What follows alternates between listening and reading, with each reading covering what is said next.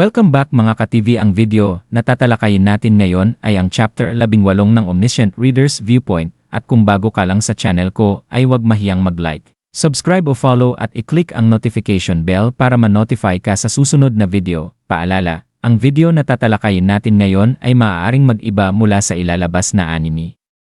Hindi ko inaangkin ang mga drawing o anumang materyales na ipapakita.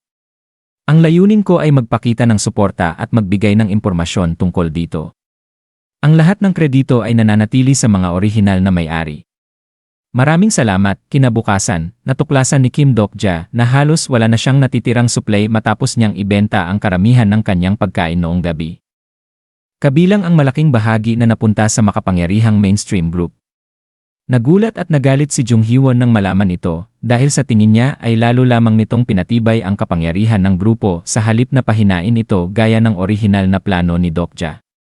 Kalmadong ipinaliwanag ni Dokja na layunin niyang hikayatin ang mga tao na kusang makipagkalakalan, at kahit tila kabaliktaran ang nangyari, nakakuha naman siya ng malaking bilang ng coins bilang kapalit.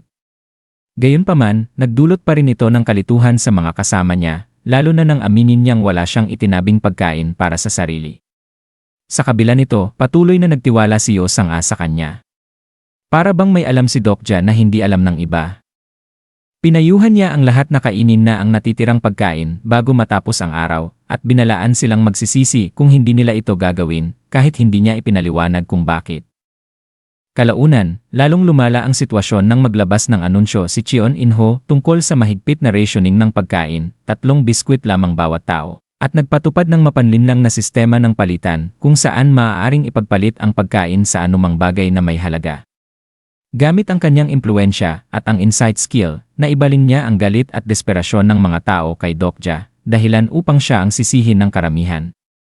Habang tumataas ang presyo ng pagkain sa hindi makatarungang antas, lalo namang napipilitang gumawa ng desperadong hakbang ang mahihina, kabilang na ang pagpasok sa mapanganib at nakahihiyang sitwasyon para lamang mabuhay.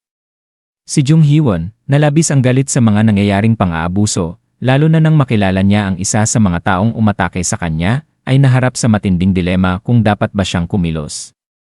Ngunit pinigilan siya ni Dokja. Ipinaliwanag na ang mga pansamantalang aksyon ay hindi makalulutas sa ugat ng problema, ang kakulangan ng pagkain, at maaaring magdulot pa ng mas malalang resulta. Kasabay nito, tahimik na sinuri ni Dokja ang mga tao sa paligid gamit ang kanyang kakayahan at natuklasan ang nakatagong potensyal ni Jung Hyewon. Nalaman niyang mayroon itong bihirang crouching figure na attribute na maaaring mag-evolve sa isang napakalakas na anyo. Dahil dito, nagbago ang pananaw niya kay Hyewon, hindi na lamang bilang isang taong kailangang iligtas, kundi bilang isang posibleng mahalagang kakampi na dapat hubugin. Habang patuloy na tumitindi ang kaguluhan, nanatiling kalmado si Dokja, tila inaasahan na ang susunod na mangyayari. Hindi nagtagal, lumitaw ang isang bagong dokaibi, mas mapanganib at malupit kaysa sa nauna, at nagpatupad ng isang nakapipinsalang parusa sa senaryo. Sa isang iglap, naglaho ang lahat ng nakaimbak na pagkain, anuman ang grupo na may hawak nito, na nagdulot ng matinding takot at kaguluhan sa lahat.